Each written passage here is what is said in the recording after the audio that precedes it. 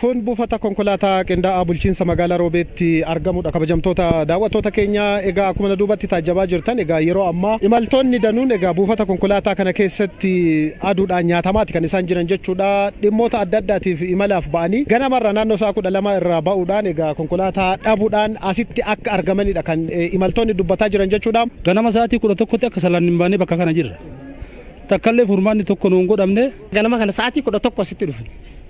Gizee dhufnulleetti konkolaataan illee garre konkolaataa ka jirullee ol seenanii baqaan dirqamaan itti baqaannee seenne gizee nu jennullee konkolaataa tokko malee hin jiru. Sunillee gizee gatii gaafanne asirraa adaamaan jechuudha birrii 1000 akka jedhan. Sababoota wal'aansa fayyaa fi rakkoowwan hawaasummaatiif aanaalee godina Baalee irraa gara magaalota gurguddoos ta'e aanaalee garaagaraatti imaluudhaaf dararaa jabaa argaa jiraachuu jiraattonni kunniin dubbataniitiin jiru. Hawaasni gadadoo hagana ga'u keessa jiru.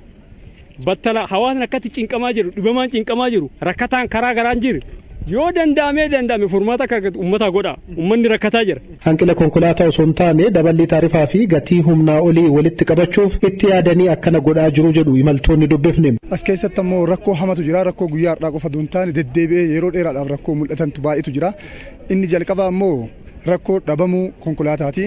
Konkolaataan sababni dhabamuuf tokkoffaa konkolaachistoonni sababa taarifa dabaluutiif jecha bakkee addaatti yookaan dhokatanii bakka biraa taa'anii bakka sanatti namoota beekan qofa namoota keessaan beekan nama gidduu kana kaatanii gidduu kanaan abukaatoo qabatan sanaan nama sanachi fidaa qarshii dabaluudhaan yaabbatanii. Konkolaataan isin jiru inni jiru immoo dhoksaadhaan alatti fuudhanii birrii 700 800 900 jedhanii akkasi fe'achaa jiran. Itti gaafatamaan waajjira geejjibaa bulchiinsa magaalaa Roobee obbo Faxxanee Isheetuu gama isaaniitiin warra dhokatee alatti fe'uu irratti tarkaanfii fudhachuudhaaf hanga danda'ameen tarkaanfii fudhachuudhaaf sakattaa jirra jedhan. Ergaas jiraanne uummata kana hoggannaa rakkoollee hoggannaa waan ta'eef rakkoo uumame kana sirreessuun dirqama keenya waan ta'eef kan akkamitti fala goonaa warra waldaa waliin mari'anii adda keenya warri geejjibaa keessa ba'uu hin danda'u. Warri waldaa warri naannoo isaas jira. Stookholdarii adda addaatu jira kan geejjiba rangoodhaan waan ta'eef kana wal wajjin taanee sirreessuudhaaf yaa'u isaan waliinis dubbachaa jira warri naannoo amma isaan bira jiru. Rakkoon biraa kan dhiyeessan konkolaatonni muraasni immoo bakka boba'aa kan hiriirarra jiran jiru.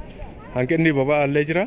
Naannoo Libiyaa yoo dhaqxan amma konkolaataan uummata deddeebisu kan achitti hiriiree jiru jira.